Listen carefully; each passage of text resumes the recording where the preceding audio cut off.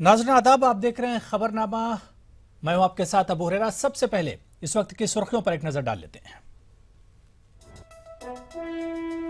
JNU में कन्हैया पर हमले की कोशिश, सिक्योरिटी एहलकारों ने विकास चौधरी को लिया हिरासत में।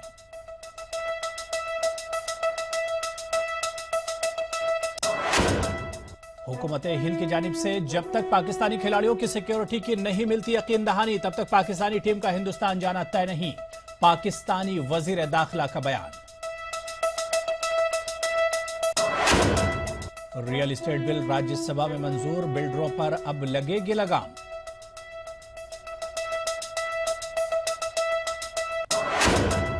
आर्ट ऑफ लिविंग को कल तक अदा करना होगा जुर्माना, प्रोग्राम में वजीर आजम करेंगे शिरकत।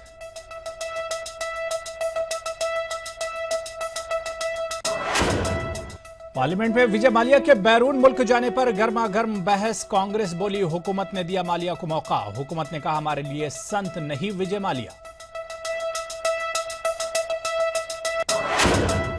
पार्लियामेंट में फिर निकला इशरत जहां एनकाउंटर का जिन, सही नहीं हुई जांच, दहशतगर्दी पर नहीं होनी चाहिए सियासत। लोकसभा में राजनाथ सिंह का बयान। और IRNSS 1F को दागा गया खला में, जिला नीलूर के श्रीहरिकोटा स्पेस सेंटर से कामयाब तजुर्बा।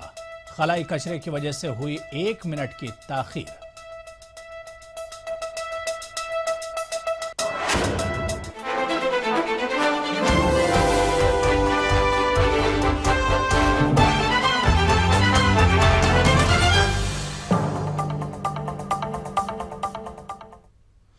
तो चलिए शुरुआत इस वक्त की बड़ी खबर से करेंगे। कन्हैया से पूरी खबर जुड़ी हुई। हम आपको बता दें कि जेएनयू स्टूडेंट्स यूनियन के सदर कन्हैया कुमार पर जेएनयू कैंपस में ही किसी बाहरी लड़के ने हमला किया।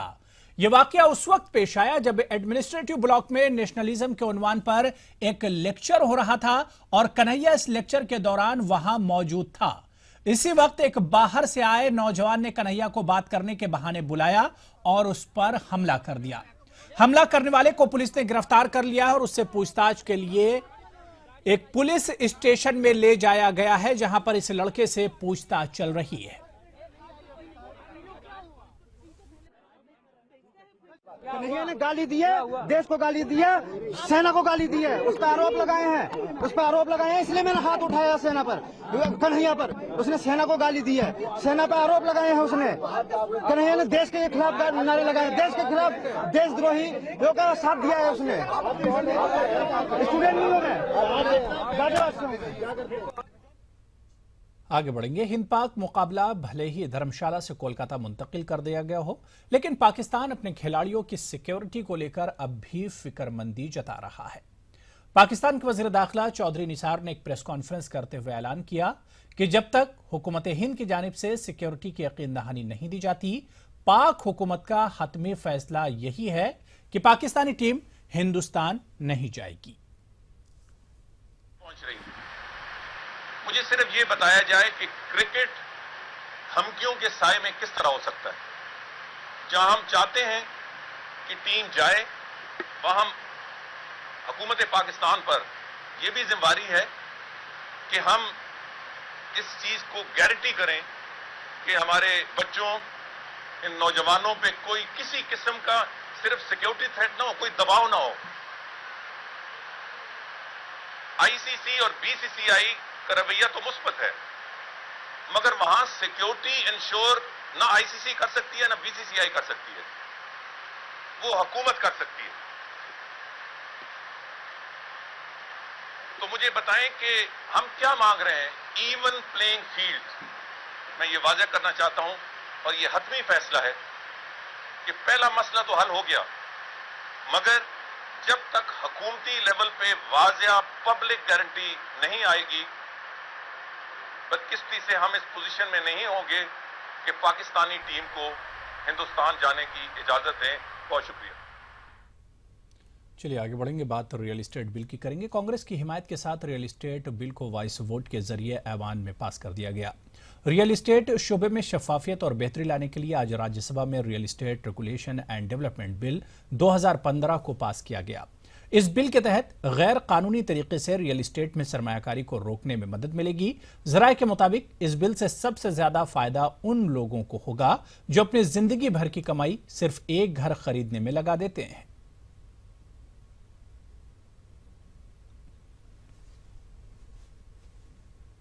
आज तक एक छोटा सा फ्लैट खरीद लेते थे, अपनी सारी जिंदगी की कमाई है उस फ्लैट को, एक ख्वाब था, एक उनका सारे जिंदगी भर का प्रयास था। उस प्रयास के साथ एक बहुत बड़ी सी एक निश्चितता रहती थी, भरोसा नहीं था कि पैसा तो दे दिया, ये फ्लैट कब मिलेगा। अब जो है इस बिल के साथ अकाउंटेबिलिटी आ जाएगी। अब बिल्डर जो है जो उसके लिखित वादा किया वो वादा पूरा करेगा, नहीं तो उसके खिलाफ कार्रवाई होगी। शुरू किया गया था कि जो कंज्यूमर्स हैं उनको पूरा फायदा पहुंचे, जो फ्लैट खरीदते हैं लोग उनको फायदा पहुंचे, क्योंकि जो खरीदार उन बेचारों को बहुत दिक्कत होती थी। इन सबको ध्यान में रख के बिल बनाया गया। जो उसमें कमियां थी, जो नई सरकार बिल लाई थी उसमें जो कमियां थी वो सिलेक्ट कमेटी में जब गई तो सिलेक्ट कमेटी ने उन कमियों को दूर कर दिया। अब मुझे लगता है कि कुल मिला के एक ऐसा बिल है कि जिससे जो भोक्ताओं का भी फायदा होगा और खासतौर से जो जेन्युइन बिल्डर्स हैं उनको भी कोई नुकसान नहीं होगा, जो फर्जी बिल्डर्स हैं उनको नुकसान होगा। दिल्ली में कल से होने वाले art of living cultural festival को एनजीटी की जानिब से हरी झंडी तो मिल गई है, लेकिन जुर्माना लगाए जाने पर आर्ट ऑफ लिविंग के बानी श्री श्री रविशंकर नाराज हैं। यही नहीं, उन्होंने कहा कि वो जेल जाएंगे लेकिन जुर्माना अदा नहीं करेंगे। इस बीच एनजीटी ने जुर्माना अदा करने की मुद्दत 1 रोज बढ़ा दी है।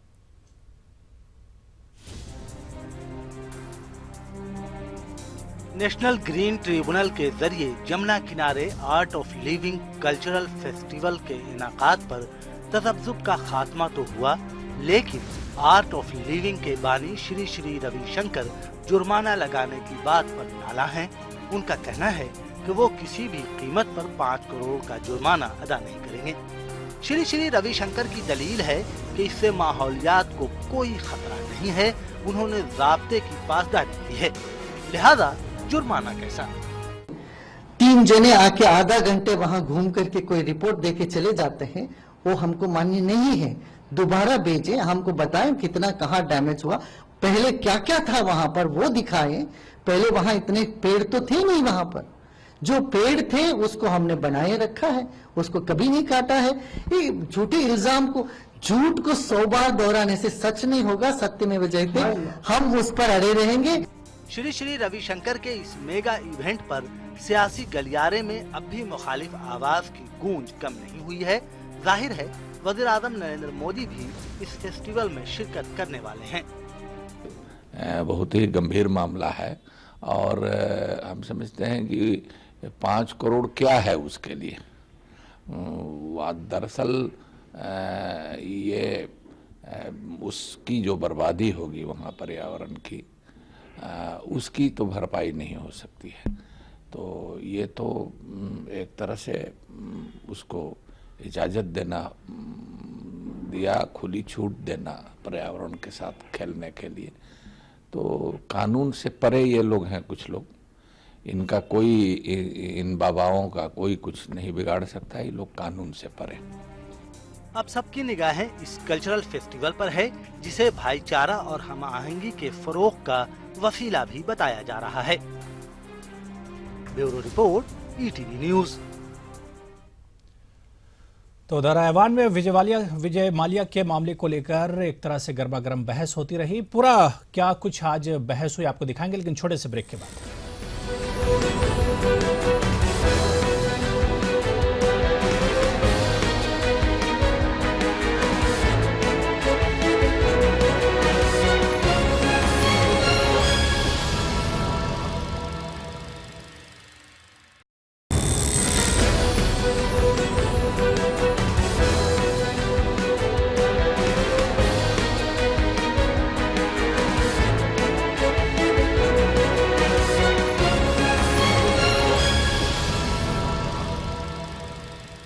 चलिए बात अब विजय माल्या पर हुई गर्मागर्म बहस की करेंगे। आज ऐवान में कार्रवाई के दौरान विजय माल्या का मसला गरमाया रहा।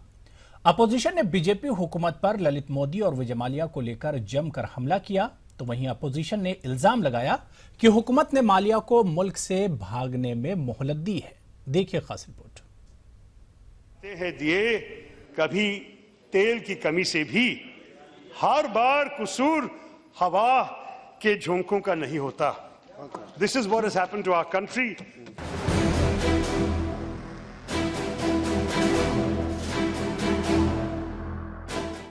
ललित मोदी का मुल्क से फरार होने का मामला अभी पूरी तरह से ठंडा नहीं हो पाया था कि शराब का कारोबारी और किंगफिशर एयरलाइंस का मालिक विजय माल्या मुल्क छोड़कर जा चुका है। माल्या पर बैंक से करोड़ों रुपए लेने और उसे अदा नहीं करने का इल्जाम है। ऐवान में विजय माल्या का मामला गरमाता जा रहा है। ऑपोजिशन ने इल्जाम लगाया है कि माल्या को फरार होने के लिए मरकजी हुकूमत की जानिब से मोहलत दी गई थी। Why were the banks asked to delay approaching the courts to prevent Mr. Malia from leaving India? That is the only issue. The issue is not who gave loans to Mr. Malia. The issue is why was Mr. Malia allowed to leave India? वहीं हुक्मरान जमात की जानिब से पलटवार करते हुए वजीर खजाना ने कहा कि माल्या को करोड़ों का लोन यूपीए के दौरे हुकूमत में दिया गया था। फिलहाल उनकी हुकूमत बैंक डिफॉल्टर से पैसे वापस लेने के लिए कोशिश शुरू कर चुकी है। 30 नवंबर 2015 तक इंटरेस्ट वगैरह मिलाकर 9,091.40 करोड़ ये टोटल लायबिलिटी उसकी है। और बैंक्स पूरे कदम उठा रहे हैं कि एक एक पैसा जो इन कंपनियों से और इन व्यक्तियों से रिकवर करना है वो लोग रिकवर करेंगे। ऑपोजिशन का कहना है कि बैंक के वकला की तरफ से 29 फरवरी को ही कोर्ट में अर्जी दाखिल करने की हिदायत दी गई थी ताकि विजय माल्या को मुल्क छोड़ने से रोका जा सके, लेकिन हुकूमत ने यह कार्रवाई 5 मार्च को शुरू की ताकि विजय माल्या को मुल्क से बाहर जाने का मौका मिल जाए। मुल्क के बड़े कारोबारी अक्सर अपनी ताकत और सियासी पकड़ की वजह से शायद बचने में कामयाब हो जाते हैं। अब ये देखना काफी अहम होगा कि विजय माल्या या इन जैसे लोगों पर हुकूमत कानूनी शिकंजा कस पा रही है या नहीं। यहाँ रुकेंगे एक और छोटे से ब्रेक के लिए।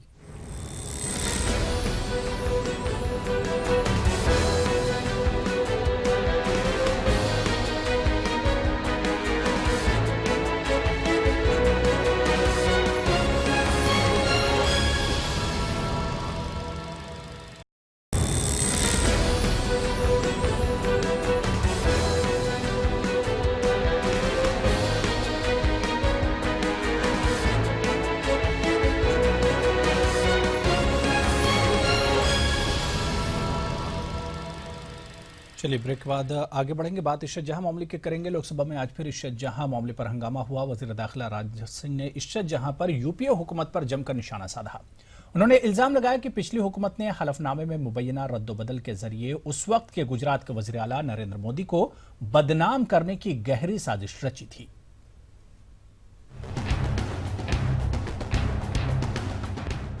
इशरत जहां इनकाउंटर मामले पर लोकसभा में फिर हंगामा हुआ। वजीर दाखिला राजनाथ सिंह ने कहा कि इशरत जहां इनकाउंटर मामले में हलफनामे में तब्दील की गई थी। वजीर दाखिला राजनाथ सिंह ने कहा कि उस वक्त के गुजरात के वजीर आला नरेंद्र मोदी को यूपीए ने इस मामले में बदनाम करने की साजिश रची।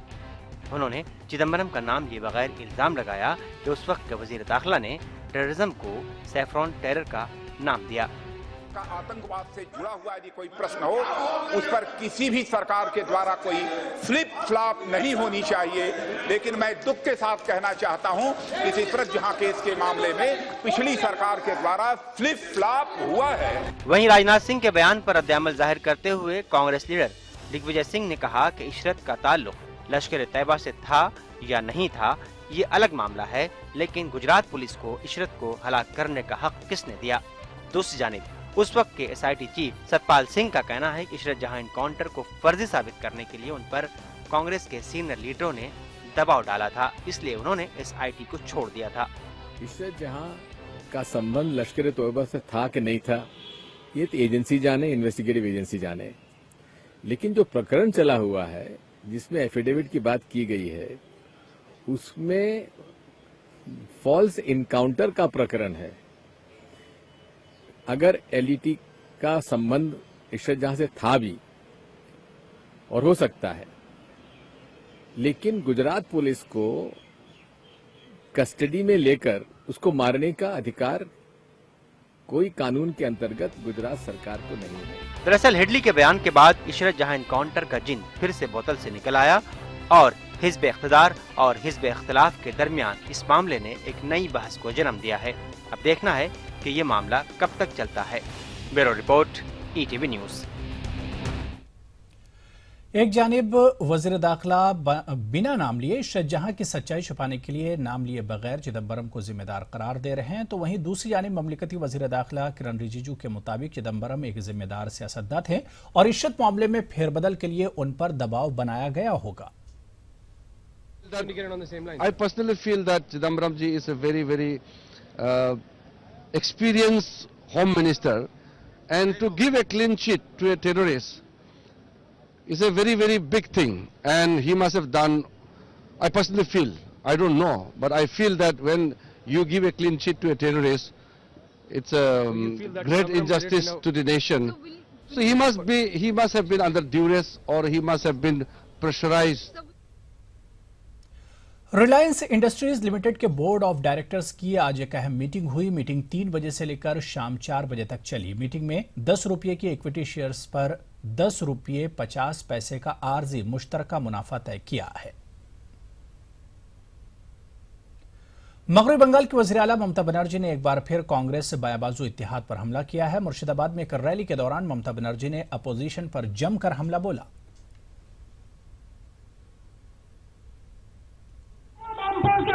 সত্ত্বেও আজ ওখানে বলতে পারেন মুর্শিদাবাদ জেলার পাশে একটা অনুন্নত জেলার নাম লেখা থাকবে। কেন উন্নত জেলার নাম লেখা থাকবে না?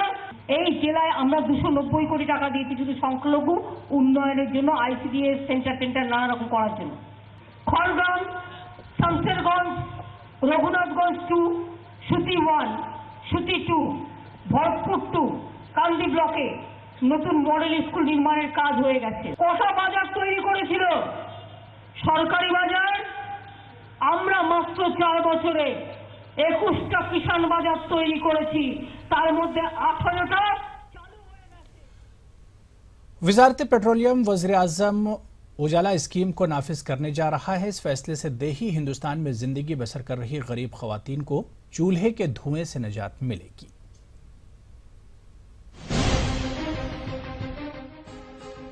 वजीर खजाना अरुण जेटली ने अपने बजट खिताब में चूल्हे से निकलने वाले धुएं को 400 सिगरेट के बराबर बताया था। इसी मुश्किल को दूर करने के मकसद से वजारत पेट्रोलियम ने प्रधानमंत्री उज्ज्वला योजना को अमली जामा पहनाने का फैसला किया है। ये बहुत बड़ा ऐतिहासिक और पहला कदम है।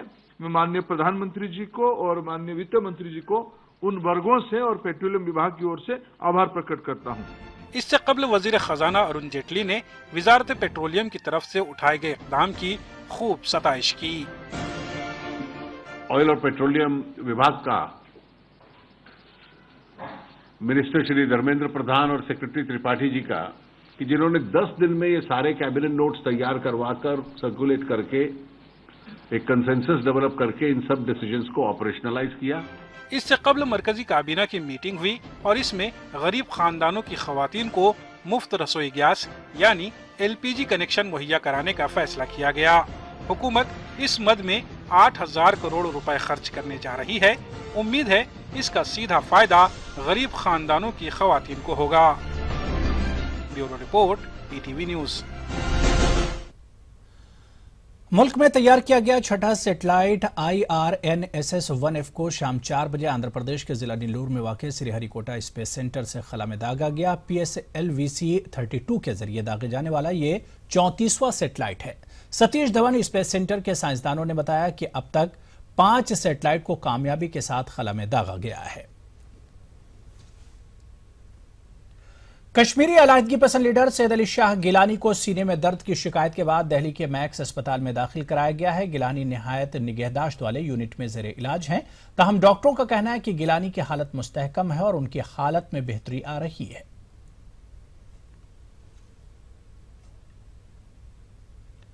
तो चलिए, इस बुलेटिन में अभी फिलहाल इतना ही। चलते चलते आप तिरछी नजर का मजा लीजिए, लेकिन उससे पहले हम आपको बता दें कि आप हमारी वेबसाइट urdu.pradesh18.com पर तमाम खबरें तफसील से देख सकते हैं। आदाब। है।